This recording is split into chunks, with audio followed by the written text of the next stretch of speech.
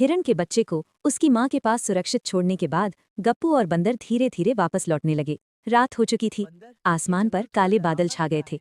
जंगल में अजीब सा सन्नाटा था। हवा की तेज आवाज, पेड़ ऐसे हिलने लगे जैसे कोई डरावनी ताकत जाग गई हो। बंदर सतर्क हो गया। उसने चारों ओर देखा और बोला, ये रास्ता सही नहीं लग रहा। उसी समय जमीन पर एक पुराना जलता हुआ निशान दिखाई दिया। वो निशान सीधा काले जंगल की ओर जा रहा था। कहा जाता था, काले जंगल में जो गया वो आसानी से वापस नहीं आया।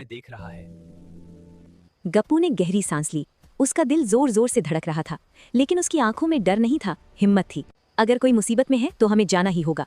और दोनों काले जंगल में घुस गए। जैसे ही वे अंदर पहुंचे, रोशनी गायब हो गई। पेड़ इतने घने थे कि चांदनी भी जमीन तक नहीं पहुंच रही थी। झाड़ियों की आवाज। तभी झाड़ियों में कुछ हिलने लगा। एक एक करके कई चमकती आंखें अंधेरे में दिखाई दी। चारों तरफ से घेराव हो रहा था। हम अकेले नहीं हैं।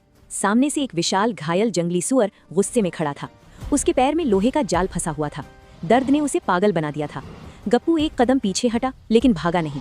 ये खतरनाक है, लेकिन ये हमें मारना नहीं चाहता। ये दर्द में है। सुअर ने हमला किया। जमीन कांप उठी। बंदर ऊपर से छलांग लगाकर उसका ध्यान भटकाने लगा। गप्पू धीरे धीरे पीछे से पास पहुंचा। हर पल मौत के बराबर था। आखिरकार पूरी ताकत लगाकर गप्पू ने लोहे का जाल निकाल दिया। सुअर एक पल रुका, फिर जोर से सांस ली। उसकी आंखों का गुस्सा धीरे धीरे शांत हो गया। वो बिना कुछ कहे अंधेरे जंगल में चला गया। जंगल फिर से शांत हो गया। बंदर कांपते हुए बोला, आज अगर हम डर जाते तो कुछ बहुत बुरा हो सकता था। गप्पू ने आसमान की ओर देखा। बादल हटने लगे थे। चांदनी वापस आ रही थी, लेकिन दूर काले जंगल के अंदर अब भी कुछ उन्हें देख रहा था। शायद ये कहानी अभी खत्म नहीं हुई थी।